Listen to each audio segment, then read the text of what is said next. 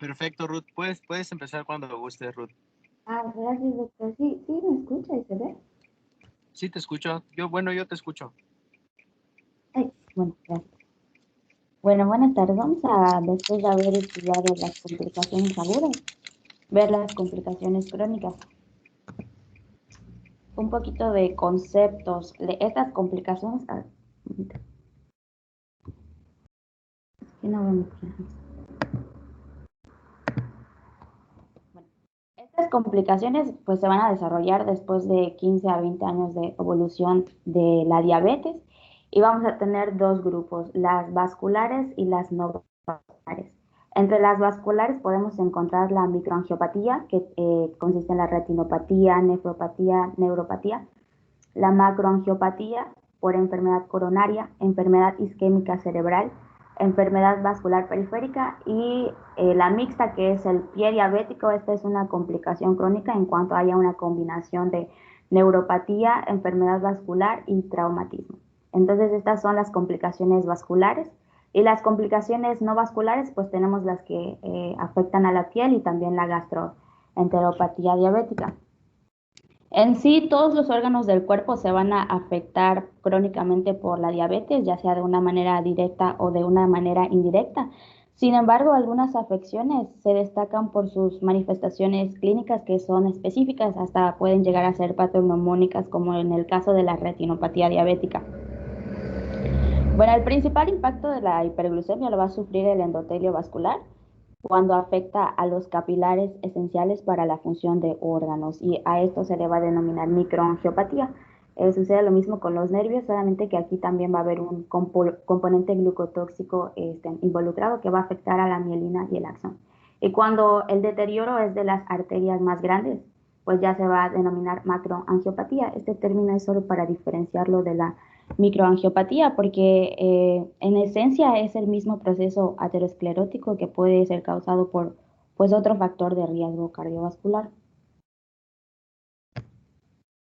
Vamos a hablar de la fisiopatología del daño vascular.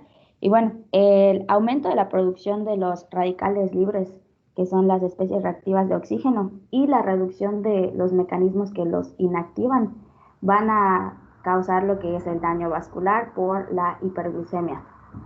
Lo que sucede normalmente es que la glucosa se degrada por la vía glicolítica, generando electrones que se van a almacenar en una coenzima en su forma reducida, que es la NADH, que es esta coenzima que se encarga de un intercambio entre electrones e hidrogeniones para que se produzca energía dentro de las células. Entonces, cuando hay un desequilibrio entre estas coenzimas, se da un estado de pseudohipoxia que hace que se impida el consumo correcto de oxígeno. Esto produce una sobreproducción a nivel mitocondrial del anión superóxido, que genera más ERO, como superóxido de hidrógeno, radicales, hidroxilo, peroxinitrito, y todo esto da lugar al estrés oxidativo, que empieza a acumular elementos que van a dañar el endotelio vascular, como la proteína sinasa, los productos terminales de glicosilación avanzada, el sorbitol y la hexosaminasa.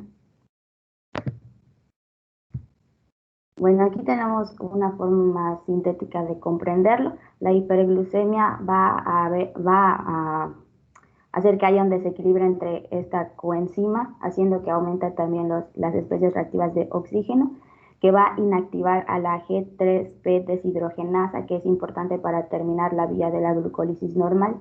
Esta inactivación hace que se almacene o que aumente la G3P, y esto hace que aumente también la metilglioxal, que aumenta la AGE, y también que el diacilglicerol active la PKC. Entonces, al no estar en el metabolismo adecuado por la vía glucolítica, pues se desvía hacia otras vías para el metabolismo de la glucosa, como la vía de los polioles, que hace que aumente el sorbitol, y otra vía es la vía de las hexosaminasas, que hace que aumente la glicosilación de proteínas. Entonces, como ya había comentado, el sorbitol, el AGE, la PKC son estos elementos que contribuyen al daño endotelial. Y bueno, solo mencionar que el sorbitol va a funcionar como una toxina tisular que se ha implicado sobre todo en la neuropatía y la retinopatía diabética. y pues la glicosilación de las proteínas del organismo, como por ejemplo la hemoglobina, albúmina, proteínas del cristalino, colágeno y lipoproteínas, altera la función de estas mismas proteínas. Vamos a hablar de las complicaciones primero vasculares y como había mencionado, estas pueden ser macroangiopatías o microangiopatías. Entonces, en las macroangiopatías tenemos que el paciente diabético pues va a tener la hiperglucemia asociado con otros factores de riesgo y cuando esto sucede hay un proceso acelerado de la aterosclerosis, ¿no? Estos factores pueden ser hipertensión arterial, dislipidemia, obesidad, sedentarismo y tabaquismo y las complicaciones de esta enfermedad son las que se asocian principalmente a mayor mortalidad de esta enfermedad. Entonces los síntomas van a depender del lugar donde se esté afectando, por ejemplo, las arterias cerebrales, las coronarias y las periféricas.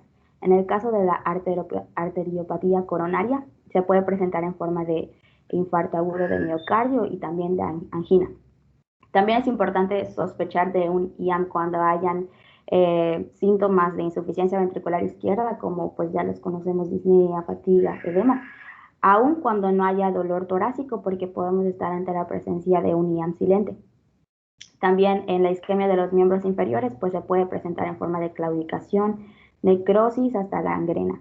Otra de las manifestaciones puede ser impotencia en el varón de origen vascular y pues el ictus cerebral por la ateromatosis carotidia.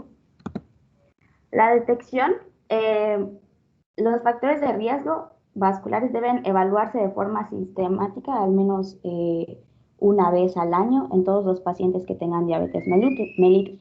Se debe realizar en el caso de la arteriopatía periférica una historia clínica exhaustiva en el momento del diagnóstico como periódicamente para detectar síntomas de claudicación y también examinar los pulsos periféricos. Cuando esta enfermedad sea asintomática, se puede hacer la prueba del índice de tobillo-brazo, que esta va a comparar la presión arterial del tobillo con la del brazo y un índice bajo, como por ejemplo menos de 0.90, podría estar indicando el estrechamiento u obstrucción de las arterias de la pierna e indicar una enfermedad arterial periférica. En cuanto al control, no va a diferir de los pacientes que no tengan diabetes y que tengan enfermedad cardiovascular. Hay que manejar los factores de riesgo y pues si es necesario la terapia trombolítica, revascularización, como stents medicados. Y bueno, la microangiopatía puede ser retinopatía, nefropatía y neuropatía diabética que vamos a estar comentando a continuación. Empezando por las complicaciones oculares, la retinopatía diabética. Bueno, esta va a afectar sobre todo a los que ya tienen 15 años de evolución en un 50-60% de los pacientes. Es la causa más importante de ceguera bilateral irreversible en menores de 65 años, sobre todo en los países occidentales. Entonces va a haber un daño a la barrera hematorretiniana que va a aumentar la exudación, hemorragias, pérdida del tono vascular, hipoxia que va a estimular lo que es la neovascularización, que vamos a comentar un poquito de las manifestaciones. A la clínica oftalmoscópicamente podemos observar las manifestaciones más típicas y precoces como los microaneurismas, que como su nombre lo dice son dilataciones saculares de la pared de las paredes capilares. También están los exudados duros o lipídicos, que no son más que macrófagos con proteínas y lípidos. Las hemorragias retinianas, estas son intrarretinianas y van a ser pues puntiformes o redondeadas. Después están los exudados algodonosos, como se ve en la imagen, la flecha. Estos van a ser por isquemia, son microinfartos retinianos. Y también están los neovasos, que generalmente se presentan en la etapa proliferativa de la retinopatía diabética, y esto es porque la isquemia va a conducir al factor de crecimiento endotelial vascular a que empiece a estimular la formación de nuevos vasos, pero estos vasos van a crecer de una manera desordenada y también anómala. Junto con estas, que más que nada crecen a nivel del nervio óptico en la papila, van a crecer también otras bandas conectivas que pueden infiltrar la retina y pueden retraerla hasta llegar a la ceguera. Cuando esta afecta al iris, o sea, la neovascularización, y al ángulo iridocorneal, podría originar un glaucoma neovascular. Y ya el edema macular, esta es la causa de la pérdida de la agudeza visual. Puede aparecer en ambas etapas de la retinopatía y va a ser un engrosamiento de la mácula por una infiltración del líquido. Al principio es reversible, pero podría dar lugar al edema macular quístico cuando ya aparecen más cavitaciones. Aquí tenemos las dos etapas de la retinopatía diabética.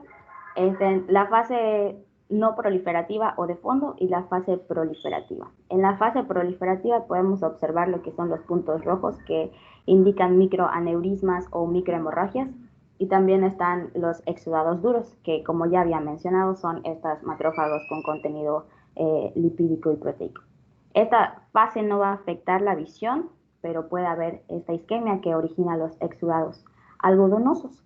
Ya cuando la isquemia es sostenida, se va a la fase proliferativa, que empieza por medio de los factores de crecimiento endotelial vascular a proliferar los capilares. Estos van a infiltrar a la retina, al vítreo, se rompen porque son más frágiles y originan la hemorragia vítrea.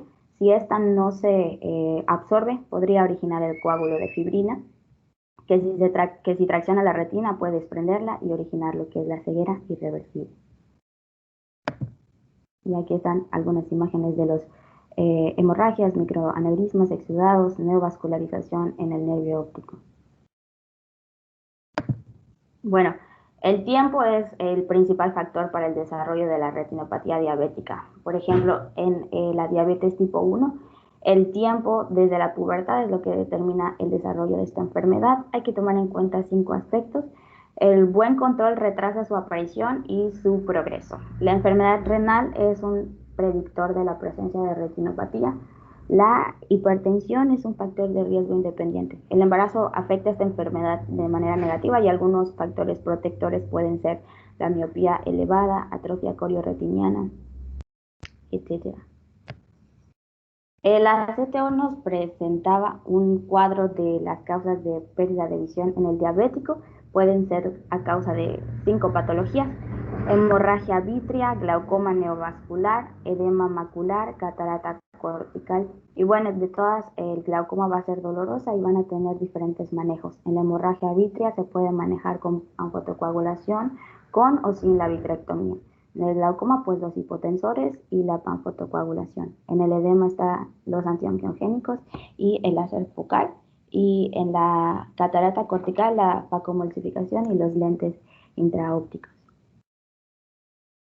Bueno, en cuanto al diagnóstico, la retinopatía diabética se debe buscar en todas las personas con diabetes mellitus desde el momento de su diagnóstico, y en todas las que tengan diabetes mellitus tipo 1 desde los 5 años de evolución, porque es el tiempo que se necesita para que se manifieste la retinopatía diabética. Las siguientes revisiones van a depender del estado del paciente. Por ejemplo, si el paciente no tiene retinopatía diabética y tiene menos de 10 años de evolución, con un buen control, la siguiente cita puede ser en un par de años o 3. Si no tiene retinopatía, pero ya tiene mayor tiempo de evolución, más de 10 años, o algún factor de riesgo asociado, pues es anual. Pero todo esto va a depender de la severidad de la retinopatía diabética. En cuanto a la isquemia grave, esta se va a documentar mediante una angiografía con fluorescencia como medio de contraste. En este examen también se pueden observar cómo están los capilares, o sea, su estado, la mácula, y también se puede ver si hay presencia de neovascularización. En cuanto al edema macular, pues este se va a manifestar por la pérdida rápida de la visión y también de forma progresiva. Esta ya es la remisión inmediata al oftalmólogo. Entonces, tenemos una tabla de Farreras que nos menciona en las fases de la retinopatía, los principales hallazgos, manifestaciones y el manejo. Como ya había mencionado, está la de fondo, que aparece con estos microaneurismas, exudados. No hay deterioro de la visión, y el control va a ser con el control de la glucemia, hipertensión y el tratamiento de la dislipemia. En cuanto a la proliferativa, pues aquí ya hay áreas de isquemia, estos exudados algodonosos, neovascularización, hemorragia vítrea, hasta desprendimiento de la retina. Aquí hay una pérdida de la visión progresiva y el tratamiento con fotocoagulación, láser y vitrectomía. Aquí tenemos un ejemplo de la vitrectomía en el caso de la fase proliferativa. y edema macular, que esta ya va a ser una pérdida rápida de la visión. Y aquí es importante la inyección intraocular de agentes biológicos que inhiben al factor de crecimiento endotelial vascular. De primera línea van a ser el ranibizumab y aflibercept, y de segunda línea pues peabtanib y bevacizumab. Estos van a sustituir al láser focal, que solamente se va a usar en determinados edemas que sean muy localizados o alejados de la zona perifoveal. Hablemos de las complicaciones renales y de la nefropatía diabética específicamente. Esta va a ser la principal causa de muerte por microangiopatía y también es un factor de riesgo mayor para la enfermedad cardiovascular. La nefropatía diabética en sus fases avanzadas va a afectar al 10% de las personas con diabetes y alrededor de un tercio de los pacientes con diabetes tipo 1 y una quinta parte de los pacientes con tipo 2 tienen ya 16 años de evolución clínica. Esta enfermedad va a afectar principalmente a lo que es el glomérulo. Entonces, la primera manifestación pues es el aumento de la permeabilidad capilar para la albúmina, lo que va a originar la albuminuria. Lo normal es que haya una excreción en un paciente sin diabetes de 30 miligramos por cada gramo de creatinuria. Entonces, podemos ver que hay manifestaciones patológicas cuando pues la excreción sea entre 30 y 3, mayor de 30 y 300. Este va a recibir el nombre de microalbuminuria, y cuando es mayor de 300, la macroalbuminuria. Es conveniente también repetir esta medición 2 veces con intervalos de un mes o 2 meses, para confirmar que es positiva en al menos 2 de 3 muestras, pero el diagnóstico definitivo va a depender de la macroalbuminuria o microalbuminuria persistente y progresiva en la medida que se deteriora la filtración glomerular. Aquí tenemos una tabla que nos muestra las etapas de la enfermedad renal y vemos que mientras más va avanzando también está más disminuido lo que es el filtrado glomerular, y también mientras más va aumentando la albuminuria, más riesgo de presentar la nefropatía diabética. Entonces, no olvidemos, el diagnóstico definitivo va a depender de la macro o microalbuminuria en la medida que se deteriora la filtración glomerular, recordando que pues este filtrado glomerular se va a calcular con base en la creatinina sérica con alguna fórmula disponible como la de Cochrane, CKD-EPI, NCRD, pues entre otras. Entonces hay que medir la creatinina para calcular el filtrado glomerular y también la microalbuminuria o macroalbuminuria en una muestra de orina para pues poder comparar calcular esta relación albuminuria-creatinuria cada año en todas las personas con diabetes mellitus tipo 1, tipo 2 y también en las de tipo 1 a partir de los 5 años de evolución. En cuanto al tratamiento, hay que tener un control de la glucemia, un control de la hipertensión con metas de menos de 130 a 80 milímetros de mercurio. Se inicia el tratamiento con YECAS o ARA cuando hay microalbuminuria, aun si no hay presencia de hipertensión arterial. Ya cuando aparece la hipertensión arterial, el objetivo es controlarla estrictamente y entonces se agrega si es necesario otro antihipertensivo como un diurético tiacídico o un bloqueador de los canales de calcio, y si es necesario pues combinarlos. Y ya a partir de la etapa 3 pues es necesario ajustar algunos medicamentos para el control glucémico, y en la etapa 5, que ya es la falla renal en su fase terminal porque es la etapa más avanzada, al igual que otra persona sin diabetes, hay que tratarlo con hemodiálisis o diálisis peritoneal, pero siempre que sea posible, pues realizar el trasplante peritoneal. Renal, perdón. Bueno, vamos a hablar de las complicaciones neurológicas y pues estas van a afectar al 50% de los pacientes con ya una clínica de 10 años de evolución. La afectación va a ser, como ya había mencionado al principio, de la fisiopatología a causa de la disfunción endotelial. Entonces va a haber un daño orgánico y estructural del nervio con desmielinización, atrofia y pérdida de la acción. Generalmente ocurre en los axones más largos y por eso es que las manifestaciones predominan en los miembros inferiores. De acuerdo con la CTO, se puede clasificar en polineuropatías simétricas y asimétricas. En este primer caso vemos la sensitiva, sensitiva aguda dolorosa, la vegetativa. En este segundo caso vemos neuropatías craneales, radiculoneuropatías cérvico-torácico-abdominal, neuropatía focal de las extremidades, neuropatía diabética proximal lumbosacra o síndrome de Burns-Carlyle. Y también el Toronto mencionaba otra clasificación que puede ser neuropatía sensorial periférica, motora o autonómica. Y de acuerdo también a esta clasificación, pues tenemos lo que son las manifestaciones, ¿no? Este sigue siendo el Toronto.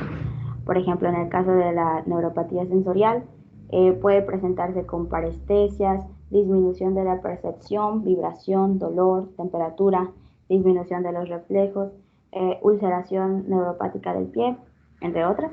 Y bueno, está la motora, que es menos común que la sensorial, y aquí podemos encontrar debilidad, atrofia muscular, parálisis de nervios craneales, que es reversible, amiotrofia diabética, entre otros. Y la autonómica, podemos ver hipotensión postural, taquicardia, gastroparesias, retención urinaria. Pues más adelante voy a mencionar algunas.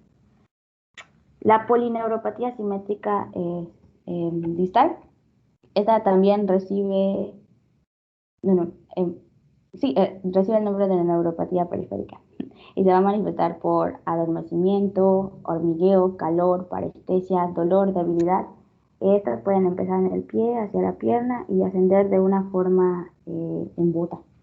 Los síntomas son simétricos, nocturnos y son más sensitivos que motores.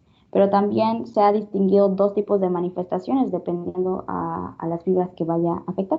Por ejemplo, si afecta a las fibras pequeñas A, delta y C, predominan algunos síntomas como el dolor, disestesia, hiperalgesia, que puede progresar, adormecimiento, pérdida de sudoración, piel seca, conservación de reflejos y fuerza motora.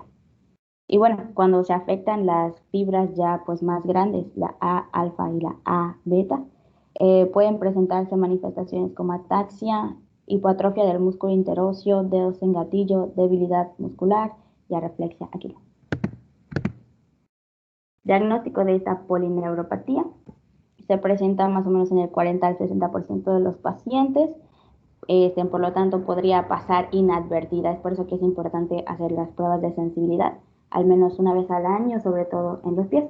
La prueba para determinar la pérdida de la sensibilidad vibratoria consiste en la colocación de un diapasón en la parte de los maleolos. Entonces, aquí tenemos que, si el paciente no siente la vibración, la sensibilidad vibratoria está ausente. Si el paciente pierde esta sensación antes de que deje de vibrar, entonces está disminuida. Y bueno, si el paciente la siente ya al final, pues está conservada y esto es normal. La vibración se traduce a nivel de voltaje en una percepción que va hasta 50 voltios. Entonces, si el paciente no percibe la vibración incluso a 25 voltios, podría indicar un déficit sensorial grave y se asocia a un alto riesgo de ulceración del pie. Otra prueba es la pérdida de la sensación táctil y esta se va a evaluar mediante la aplicación de monofilamentos de diferentes fuerzas. La más usada es la de 10 gramos en la cara plantar del pie. Aquí también el Toronto nos muestra una imagen de esta evaluación que se hace en las falanges distales del primero, segundo y tercer dedo, en la cabeza de los metatarsos de estos mismos dedos, en las partes laterales de los pies que son en las bases de los metatarsianos y también en los talones. Entonces, no percibir la mayoría de estos puntos podría traducirse también a un riesgo alto, elevado de ulceración del pie. Y la prueba de oro para esta enfermedad, pues es el estudio electromiográfico y de neuroconducción, pero este solo se va a requerir cuando se desea descartar otro tipo de neuropatía. Y cuando hay un daño en las fibras pequeñas, la prueba de oro es la biopsia de la piel. Aquí tenemos una tabla que nos muestra el tratamiento. El tratamiento específico va dirigido sobre todo a controlar parestesia y dolor. que puede ser tipo urente o picadas. Los más efectivos de primera línea son los antidepresivos tricíclicos como la amitriptilina. También están los anticonvulsionantes como la gabapentina, pregabalina, los inhibidores de recaptación de serotonina como la duloxetina. Todos ellos pueden ser utilizados como primer paso en el tratamiento y se mantienen al menos 3 meses para observar el máximo efecto. Generalmente los síntomas remiten, pero si reinciden, entonces podemos utilizarlos de segunda línea como el tramadol, oxicodona, morfina, y ya pues los de tercera línea para el manejo agudo y crónico pueden ser el ácido alfa-lipoico. Y aquí tenemos las dosis y también pues los efectos adversos. Más complicaciones neurológicas, neuropatía motora proximal. Esta va a afectar sobre todo a los pacientes mayores y puede presentarse de una forma abrupta o progresiva. El dolor es intenso en las caderas, en las nalgas y en los muslos, junto con debilidad muscular, y puede presentarse también las fasciculaciones al grado de que el paciente ya no pueda levantarse de la silla. Otra característica es que el reflejo rotuliano desaparece. El tratamiento es sintomático, incluye fisioterapia durante 2 años. La radiculopatía troncular, como su nombre lo dice, va a estar dada en la parte baja del tronco, en la parte abdominal, con dolor. No hay debilidad y se resuelve en menos de 6 meses. La neuropatía monofocal y multifocal va a ocurrir de una manera abrupta, sobre todo en los pacientes mayores, con dolor y compromiso funcional. Afecta a la distribución de un nervio o de un par craneal y igual se resuelve como en 2 meses. Ahora, las neuropatías agudas. Está la neuropatía sensorial aguda, sobre todo en pacientes varones, bastante dolorosa, con características como pérdida de peso, caquexia, depresión, disfunción eréctil, y pues esto se va a asociar a un mal control de la diabetes o cuando se controla de una forma rápida con la insulina. El tratamiento incluye los antidepresivos, es sintomático, no dura más de 1 año.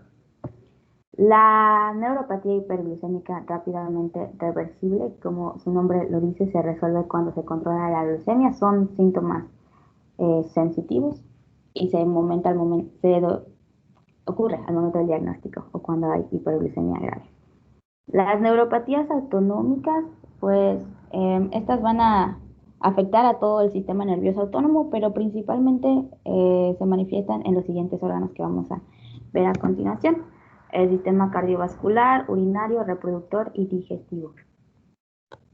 Bueno, el sistema cardiovascular.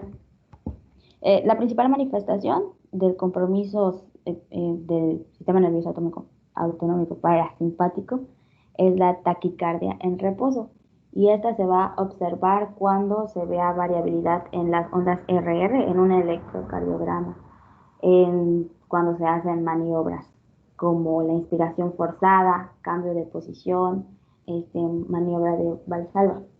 Y ya cuando hay compromiso del simpático, se va a manifestar principalmente con la hipotensión ortostática, que es la caída de la presión sistólica más de 20 milímetros o diastólica más de 10 milímetros. También pues se va a asociar a intolerancia al ejercicio, infarto de miocardio silencioso y muerte súbita. El control es el control glucémico, y solamente pues la hipotensión va a tener un tratamiento específico como medidas compresivas, miododrina y algún mineralocorticoide como la fluorocortisona. En el caso del sistema urinario, aquí va a afectar principalmente a la vejiga. Se va a perder el estímulo autonómico del músculo detrusor, que recordemos que este músculo provoca la micción con su contracción. Entonces, al no haber esta función, se va a producir la retención de orina, que puede causar incontinencia por rebosamiento y residuo postmiccional y por evacuación insuficiente. Y este residuo a su vez podría favorecer pues infecciones en el tracto urinario.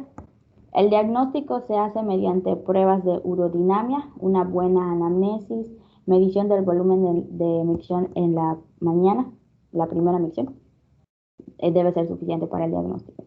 El manejo está dirigido a pues procurar la evacuación completa para evitar el residuo y posibles complicaciones como la infección. Y también evitar la incontinencia, ¿no? Algunas medidas pueden ser como una compresión manual sobre el hipogástrico después de que el paciente haya terminado de miccionar y no dejar pasar más de 4 a 6 horas sin que el paciente haya ido a orinar, aunque no tenga el deseo miccional. Y ya pues en los casos graves se puede utilizar la sonda vesical intermitente.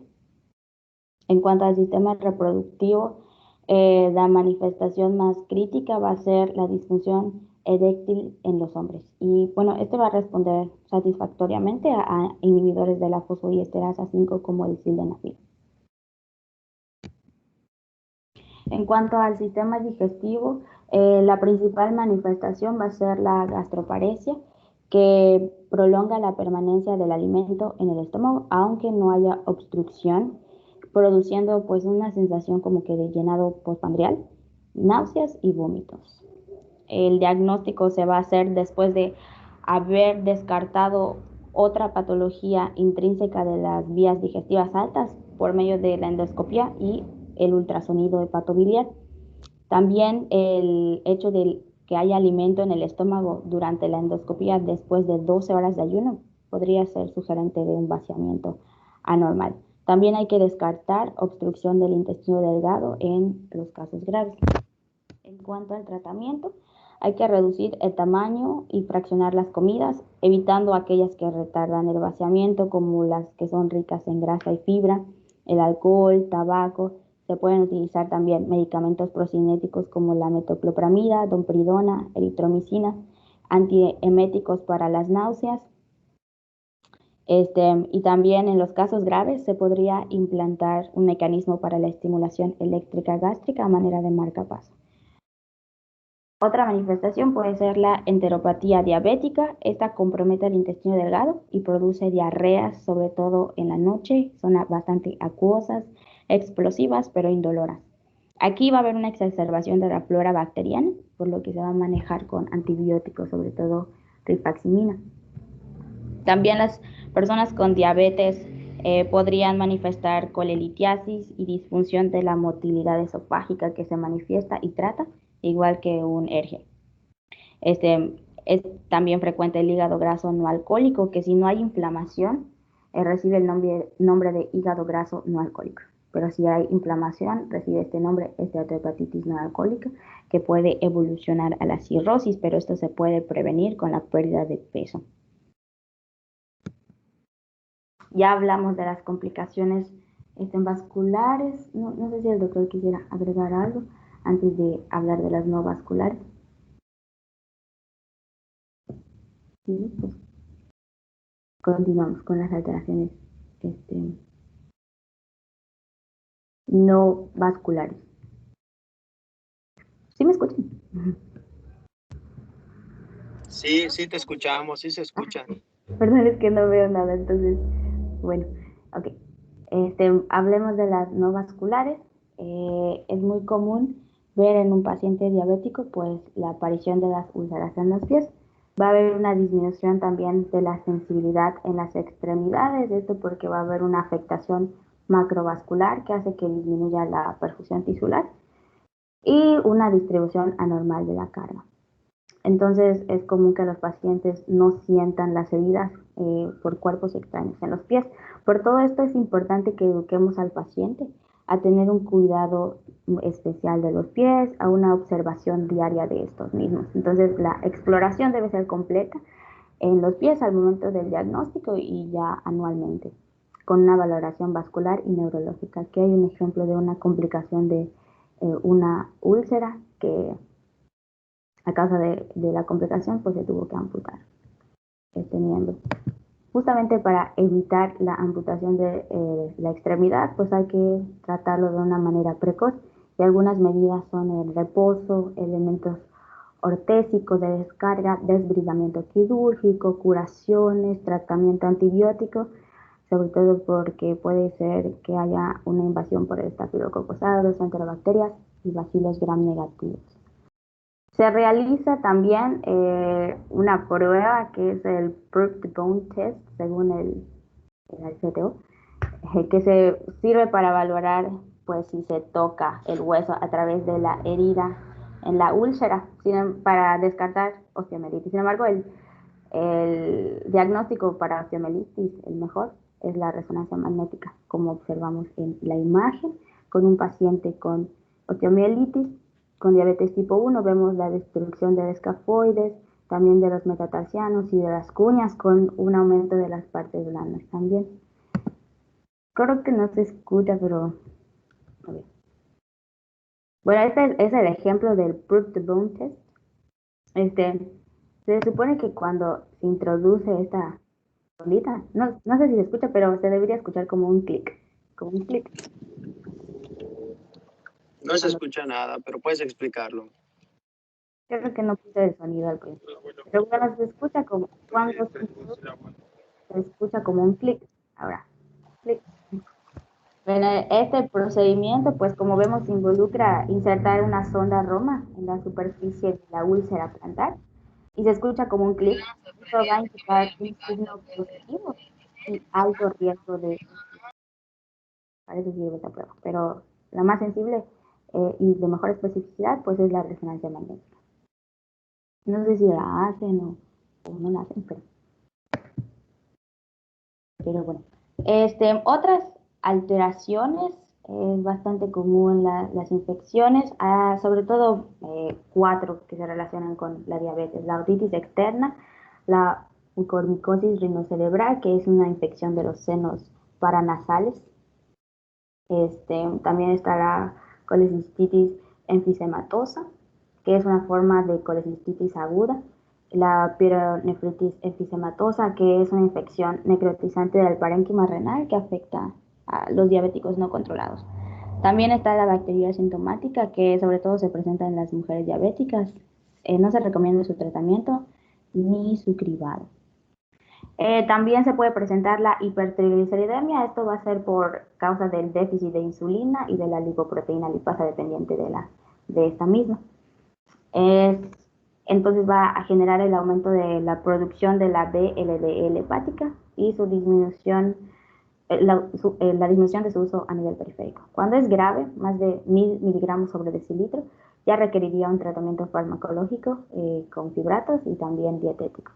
Como había mencionado Jorge, se presenta sobre todo en las pacientes diabéticas jóvenes de tipo 1, pues trastornos de conducta alimentaria, ¿no? Cuando habló de la sección de cetoacidosis diabética, mencionó un término que les comento, es diabulimia, que consiste en la reducción de la dosis del consumo de la insulina, pues para no subir de peso, ¿no? Con el objetivo supuesto de perder peso, y esto puede ser un factor precipitante de la cetoacidosis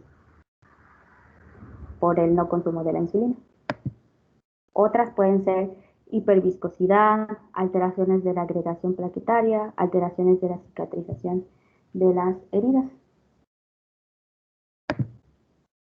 Complicaciones dermatológicas, disfunción endotelial. Lo que origina es un engrosamiento de la piel, sobre todo a nivel de las manos. Y entonces aquí al paciente se le dificulta estirar los dedos y también movilizarlo, al grado de que, por ejemplo, no pueden hacer el signo del rezo, que juntan sus manos. Por la arteropatía, se les dificulta bastante. Entonces, esto sucede más que nada en pacientes con diabetes tipo 1 de larga evolución. Bueno, es una imagen para reflejar el engrosamiento de la piel.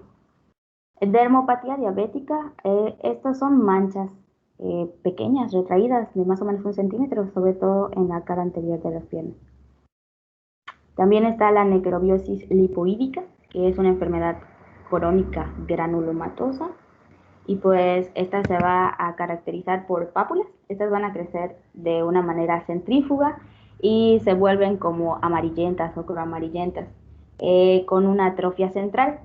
Podría acompañarse de telangiectasias y sobre todo se presenta, como vemos, en la región pretibial. 1/3 puede llegarse a ulcerar.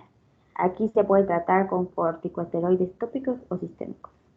La bullosis diabeticorum, pues son como ampollas, como las que aparecen en las quemaduras de segundo grado, sobre todo en la cara anterior del pie, piernas, muslos. Se pueden asociar a traumas leves y no hay que manipularlos porque podría infectarse. remiten estas lesiones sin dejar cicatriz, pero podrían ser recurrentes. Aquí vemos las imágenes que son bastante similares a las ampollas de quemaduras de segundo grado en la cara anterior del pie. Y otras complicaciones dermatológicas, acantosis nigricans, granuloma anular, vitiligo, líquen plano, xantoma eruptivo. Pues más complicaciones, queiroartropatía juvenil, como ya había mencionado anteriormente, que es por la rigidez y la dificultad que tienen los pacientes de juntar sus manos. Aquí está el signo de la plegaria, que les comentaba que no pueden como estirar sus dedos y movilizarlos, se les dificulta porque es secundario al colágeno glicosilado y otras proteínas del tejido conectivo. También está lo que es la contractura de Dupuytren, como la imagen lo muestra, que es una deformidad de las manos. Este es un trastorno que afecta sobre todo a la fascia palmar, debajo de la piel, de la mano, y entonces empiezan a formar como nódulos. Y estos nódulos a su vez empiezan a formar como cordones que empiezan a jalar los dedos, que ya los posicionan en una, bueno, los ponen en como una posición de flexión, ¿no? Y esta es como la característica de esta enfermedad. También, como hay un aumento de la desmineralización ósea, pues es mayor frecuente las fracturas en ambos tipos de diabetes. La capsulitis adhesiva, aquí va a aparecer cuando el tejido conectivo que rodea a la articulación en el hombro se inflama de una manera crónica y provoca el endurecimiento y engrosamiento de la cápsula articular, y obviamente esto hace que haya una disminución de la progresión del rango de movimiento en el hombro. Las cataratas, esto es por la proteína de la lente glicosilada y porque el sorbitor causa cambios osmóticos y fibrosis.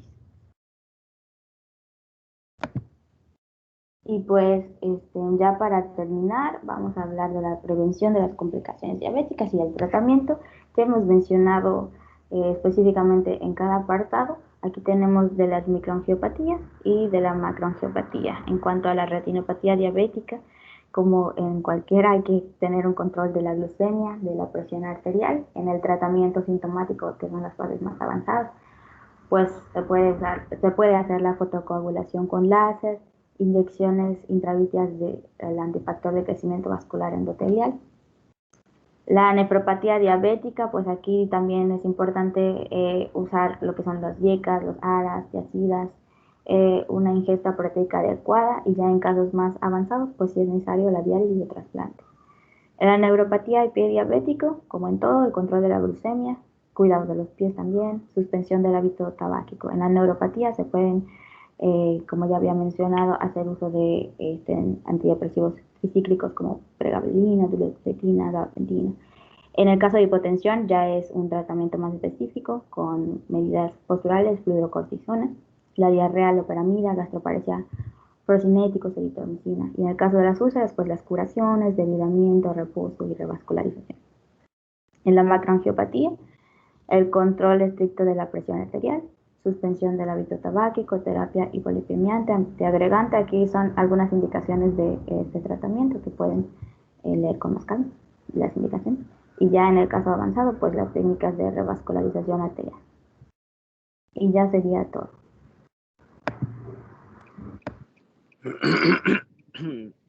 Muy bien, Ruth, muchas felicidades. Estuvo muy bien la información que brindaste, estuvo muy bien, muy resumido, o sea, una buena capacidad de síntesis.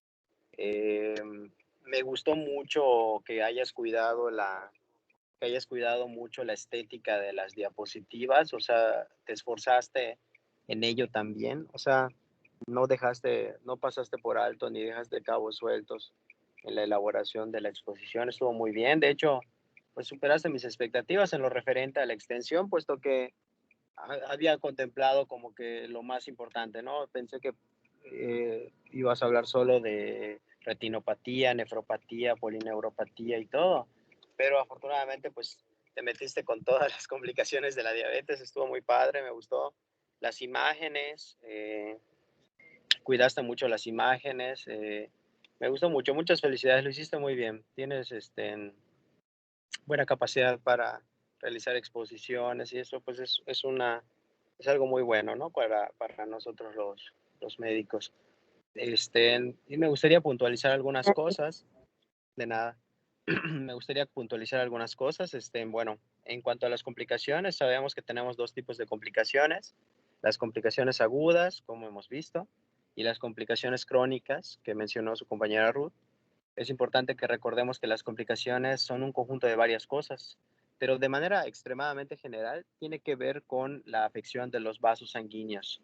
¿Vale? Esto debido a que hay un acúmulo de derivados de los componentes de glucosa que se oxidan. Entre ellos tenemos, por ejemplo, al sorbitol o el incremento del DAG. Todo esto condiciona lesión oxidativa a nivel vascular. Dicho de una manera pues más sencilla, coloquial, hay una mala circulación hacia los tejidos. Podemos clasificar las complicaciones crónicas como microvasculares, macrovasculares y otras complicaciones, ¿no? Dentro de las microvasculares, pues tenemos a la retinopatía diabética, tenemos a la nefropatía diabética. Es muy importante que recordemos que dentro de las macrovasculares tenemos a la polineuropatía, tenemos a la el pie diabético, no polineuropatía, perdón, pie diabético, que son úlceras y todo eso. Tenemos a la cardiopatía isquémica y al EBC como parte de las macrovasculares. Y las otras, pues son todas las que dijo su compañera, ¿no? Que son la afección, por ejemplo, dermatológicas o alteraciones oftalmológicas no relacionadas con afección microvascular, disfunción eréctil, entre otras cosas, ¿no? Hay otras complicaciones. Aquí lo importante es lo siguiente, chicos. Yo creo que el punto o el meollo del asunto es lo siguiente. Miren, es claro que según la fisiopatología de los pacientes con diabetes, se estima que alrededor de 5 a 10 años el paciente ya debe, si estuvo descontrolado evidentemente, ya debe de tener complicaciones vasculares después de 5 a 10 años. Por ejemplo, se ha visto que los pacientes que tienen al menos 10 años ya, y que no estuvieron controlados, ya tienen en el 95% de los casos algún grado de retinopatía diabética. Algún grado, perdón, a los 20 años ya hay, la mayoría de los pacientes ya tienen retinopatía diabética, perdón, al cabo de 20 años, ¿no? O sea que imagínense la relevancia que tiene saber esto, ¿no? El control adecuado de la glucosa y de sus otros factores de riesgo cardiovascular. Creo que a nadie le gustaría padecer diabetes y tener que perder la vista, ¿no? Creo que a nadie le gustaría que eso suceda. Recordemos que hay dos formas de clasificarlo, como proliferativa y no proliferativa. En orden evolutivo es de no proliferativa, progresa o puede progresar a proliferativa. Es peor cuando es proliferativa, desde luego. Pues sí, claro que te pueden dar medicamentos eh, que eviten la síntesis vascular por la mayor proliferación de vasos sanguíneos, eh, y el láser, pero pues es algo paliativo porque después de pasar de un tiempo puedes volver a progresar a un deterioro de la visión y y ya en ese momento pues ya no hay marcha atrás, ¿no? Así que lo lógico sería evitar, ¿no? O sea, evitar ni siquiera la presencia de retinopatía no proliferativa, ni siquiera esa que se logre dar en el paciente con diabetes. Es conocido que al pacientito que tiene diabetes tipo 2, desde ese primer momento se debe de enviar a oftalmología para su primera valoración. Es importante que lo valore el oftalmólogo, que le haga un fondo de ojo con la pupila dilatada. Normalmente, pues los oftalmólogos tienen el entrenamiento y los fármacos para dilatar la pupila y hacer una adecuada evaluación. En los pacientes diabéticos tipo 1 se puede empezar hasta los 5 años de evolución, debido a que se diagnostica habitualmente o comúnmente en personas más jóvenes, donde todavía no ha tenido varios años para haber progresado, ¿no? Similar, así es como la polineuropatía.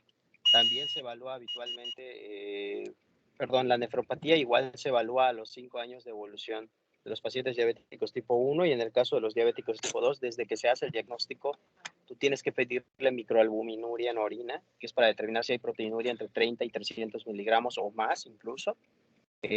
Como dijo su compañera, tienes que tener positivo 2 de 3 muestras de orina, obviamente tomadas en un contexto adecuado, que no haya un proceso infeccioso, que no haya algo que justificara proteinuria en la orina, ¿verdad? Esfuerzos, traumatismos, exceso de proteínas en la dieta, etcétera. Es importante que se descarten causas que generen confusión. Y si se documenta una proteinuria persistente mayor a 30 o 300, digo, como quiera, es una nefropatía diabética en 2 de 3 muestras, al menos 2 de 3 muestras.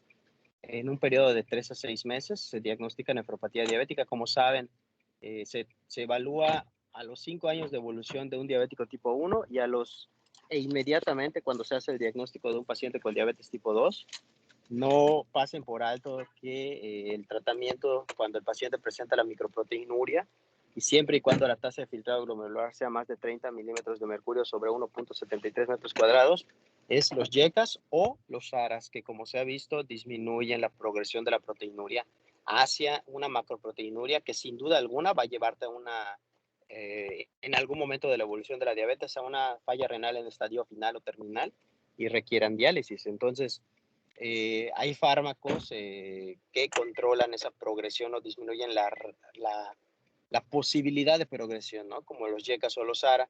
Ojo que aquí no los estamos dando por la presión, aunque claro que si tiene presión alta el paciente y además diabetes, digo que cool, ¿no? Porque te sirve para 2 cosas. Es importante también que recuerden que hoy por hoy hay tratamientos para el control de la diabetes, como por ejemplo los inhibidores del cotransportador de sodio glucosa tipo 2, los famosos gliflocinas como dapagliflozina. Estos también son buenos fármacos para pacientes que tienen nefropatía diabética, que evidentemente se diagnostica por proteinuria. Entonces se ha visto que hay una disminución de la progresión de micro a macroproteinuria y con esto evitar la progresión a un estadio final del funcionamiento renal. Eso es importante, ¿no? En cuanto a la polineuropatía, pues la mayoría de los pacientes al momento, por ejemplo, los diabéticos tipo 2, al momento del diagnóstico, ya al menos un 50% ya tienen algún grado de polineuropatía, que dicho sea de paso, tenemos muchas formas de presentar la polineuropatía. La más común es la que dijo su compañera, la polineuropatía periférica distal, que también se le denomina polineuropatía en guante calcetín del paciente con diabetes, que las porciones distales, tanto de las manos como de los pies, empiezan a presentar alteraciones sensitivas, vibratorias, de dolor, etcétera, ¿no? El paciente, como dijo su compañera, se tiene que hacer evaluaciones, por ejemplo, la de vibración con el diapasón de 128 hercios. Se debe de hacer las pruebas de percepción con el monofilamento de Weinstein, en los puntos que hay. Si tiene 4 de los, creo que son 10 a 11 puntos. Si en 4 de los 11 puntos de cada pie presenta disminución de la percepción de la sensibilidad, se sospecha que hay una polineuropatía periférica. También si hay alteraciones vibratorias, etcétera, etcétera, ¿no? Es muy importante también revisarle los pies a los pacientes cuando van a la consulta. No basta solo con la revisión que puedan darse los propios pacientes. Es importante que el médico o un personal de la salud capacitado realice la revisión de los pies, puesto que muchos pacientes cuando ya tienen la polineuropatía no sienten que se lesionan y pueden progresar esa lesión a un proceso infeccioso que puede comprometer el hueso. Ya ahí su compañera les dijo algunas pruebas que se pueden hacer, las pruebas del hueso para evaluar si se está exponiendo el hueso de alguna manera y esto pueda progresar a una osteomielitis, que es el término médico para decir infección del hueso. El primer estudio que podemos hacer ante la sospecha de una osteomielitis, pues sí es la radiografía, pero tiene muy baja sensibilidad. Podemos observar, por ejemplo, destrucción de la cortical, o sea, que se pierda el periósteo, se ve roto, fracturado. También puede ser que el paciente presente gas, así como mostró su compañera, que haya gas. Eso nos haría sugerir que el paciente tiene una osteomielitis. Ahora, el estudio definitivamente gold standard es una biopsia ósea con cultivos, pero el mejor estudio, el más preciso, no gold standard, pero sí el más preciso, es la resonancia magnética, que sí se hace, pero ante las sospechas que no se hayan podido corroborar clínica o radiológicamente con rayos X convencionales. Se puede sospechar, no, se puede considerar hacer resonancia magnética, son pocos los hospitales que lo tienen, pero es cierto que sí se puede realizar y evidentemente en particular, pues es una de las mejores estudios que puedes realizarle a tu paciente si tienes sospecha de infección del hueso como tal, ¿no? Evidentemente, los pacientes con pies diabéticos hay muchas formas de clasificarlo como pie diabético isquémico, infectado, eh, mixto, etcétera, ¿no? Entonces, ahí tú vas a responder de acuerdo a la necesidad. Si tiene datos de infección, obvio que le tienes que dejar antibióticos, tienes que cubrir al paciente para que no progrese ese proceso infeccioso, tiene que ser valorado por el servicio de cirugía o el servicio el servicio de alta especialidad de curación de heridas para que se le den curaciones periódicamente y se instruya a los familiares acerca de cuáles son las formas correctas de curar el pie de un paciente. No es nada más eh, echarle agua, jabón y ya estuvo. Si bien es cierto que tiene que estar limpia todas las heridas, pero tiene sus particularidades, no se puede generalizar. Si bien es cierto que en el hospital pues habrán visto que es muy genérica la curación, pero dentro de lo posible pues verán que el personal de salud, los residentes adscritos tratan de en la manera de sus posibilidades individualizar, ¿no? Que este paciente requiere miel, que este paciente requiere, no sé, gasas, no sé, con furacin, o estos requieren microdacin, que este requiere, no sé qué, que este requiere un parche coloide, que este requiere un parche enzimático, que este requiere, o sea, tienen particularidades las heridas, ¿no? Sobre todo si son isquémicas. Es muy importante también evaluar los riesgos, el riesgo cardiovascular de los pacientes. Estos pacientes con enfermedad de diabetes tienen una particularidad que los predispone a tener aterosclerosis temprana, ¿sí? O sea, los pacientes con diabetes tienen un perfil lipídico o dislipidémico característico que es la disminución de las HDL con elevación de los triglicéridos, principalmente, que ese es el perfil dislipidémico más común en México y casualmente coexiste en la diabetes. Y algo que es llamativo es el desarrollo, no tanto la elevación de las LDL, pero las LDL que hayan en los pacientes con diabetes tienen la particularidad de ser LDL pequeñas, pero muy heterogénicas. Entonces, quizás el paciente con diabetes no necesariamente va a tener LDL muy elevadas, sin embargo, por su fisiopatología y sus características de las LDL, tienden a tener un incremento en el riesgo cardiovascular. Tanto es así que digo, ni me van a dejar mentir.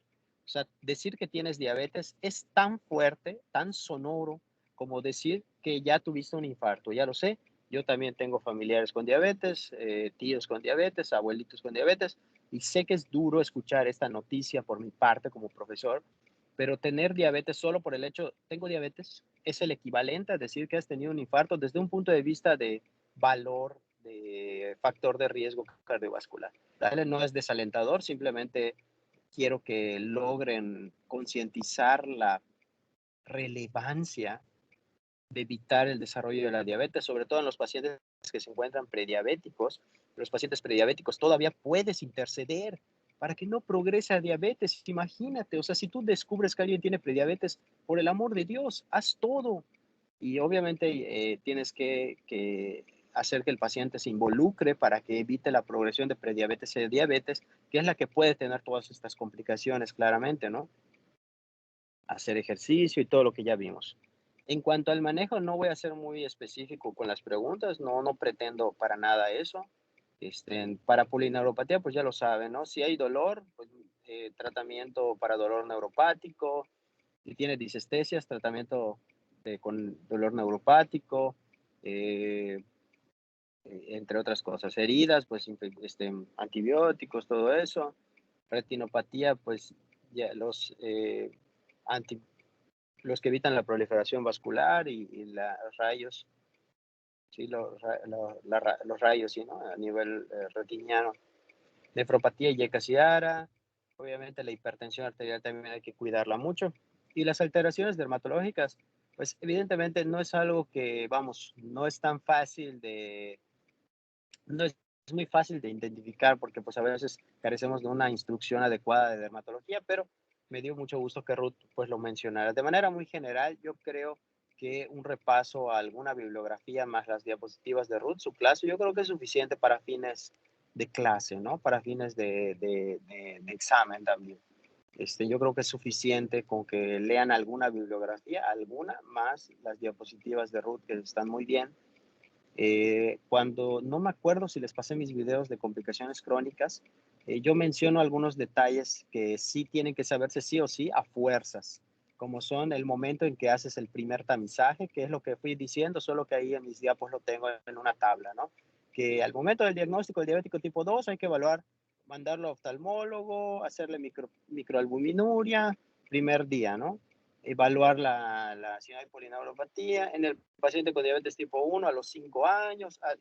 Eso que mencionan mis diapos en mi video, es importante que también lo capten, que también lo sepan. Es algo prácticamente preguntable al 100%, pues es el diario de tus pacientes con diabetes. Obviamente no todas las consultas vas a evaluar la presencia, sospecha de polineuropatía, o sea, tiene sus tiempos y se anota en el expediente. Por eso cada valoración se anota en el expediente. Siempre se debe de ir poniendo al final de cada nota pendiente, realización de revisión de descartar polineuropatía dentro de 3 meses. Y cada vez que sea tu paciente la acuda a control, tú tienes que ir poniendo lo que tienes pendiente. Se realizará evaluación de, no sé, de red. Se mandará con oftalmología dentro de un año, qué sé yo, ¿no? Pues lo tienes que poner en el expediente para que cuando vuelvas a ver al paciente sepas cuándo es el momento de evaluarlo o mandarlo, etcétera. ¿Qué más? No sé si tengan alguna pregunta, alguna duda. Sé que parece un tema pues, bastante complejo, pero la verdad solo tienen que repasar las diapos de su compañera, más lo que lean, y van a ver que van a tomar muchos datos importantes. Y si lo asocian a la clase que hice de videoclase de complicaciones crónicas, yo creo que están súper al tiro. Muchas de estas cosas, complicaciones más que nada, son de índole de vigilancia de atención primaria, identificación de atención primaria, y generalmente pues o lo ve medicina interna o lo ve endocrinología cuando medicina interna considera que es algo demasiado subespecializado o que el manejo ya no solo es un fármaco de venta pues libre o algo así. Se envía, por ejemplo, endocrinología, ¿no? Que hace seguimiento. Además, las complicaciones tienen que ser un manejo multidisciplinario, oftalmología, angiología, ortopedia, un montón de servicios, nefrología. Dale. No sé si tengan alguna pregunta, chicos. ¿Qué pasó, Jorge? Sí, Doc, nada más quería preguntarle y hacer el comentario de que cuál es el porcentaje de realmente en México de las personas que sufren pues de diabetes mellitus, pero que llevan todo esto integral y multidisciplinario. O sea, es muy poco, no sé si me explico.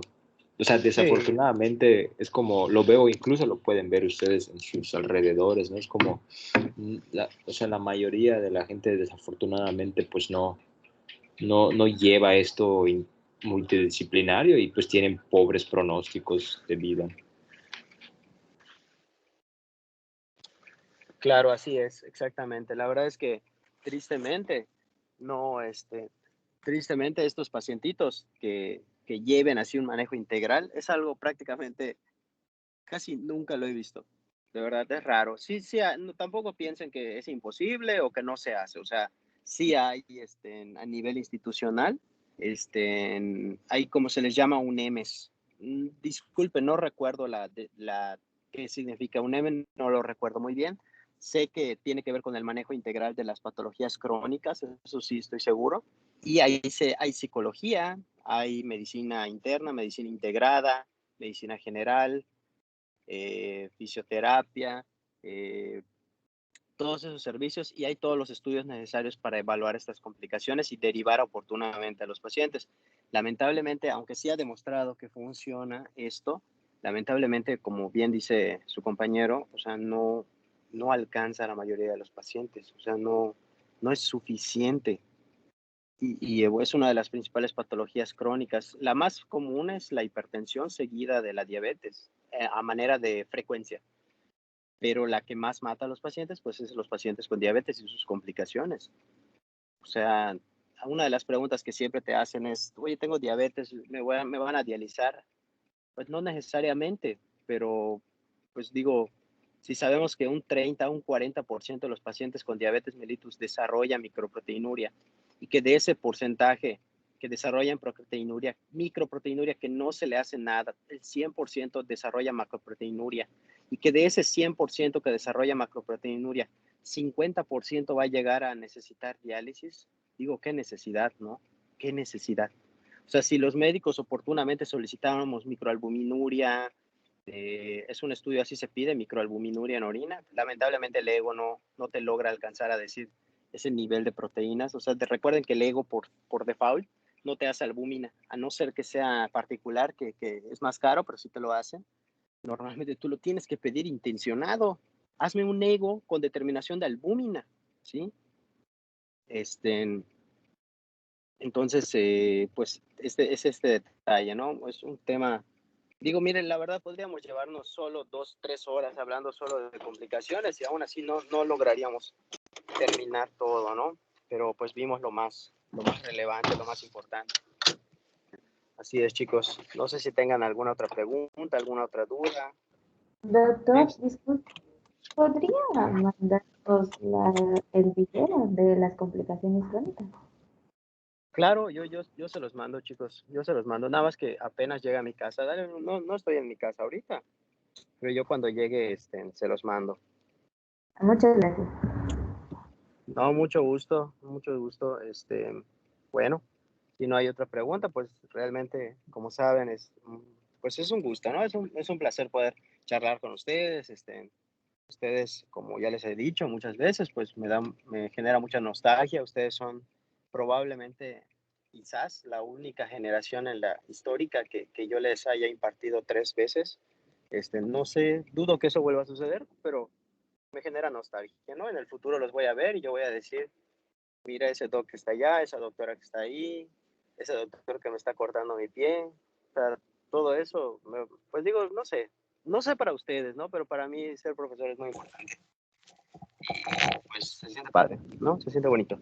Entonces échenle muchas ganas, porfa, no desistan, estudien, maravíllense, lean, abran libros, busquen, apasionense por conocer, ¿no? Digo, no porque tengan que ser internistas o algo así, digo, a mí me encanta medicina interna, pero no, simplemente que les guste la medicina, piensen que con cada conocimiento que adquieren, cada esfuerzo que dedican a esto, es una persona que puedes ayudar, puedes cambiarle la vida, ¿sí? Y si no puedes cambiarle la vida, si no puedes curarla, tan siquiera que tengas la empatía, eh, tan siquiera que alivies, calmes el dolor, ¿no?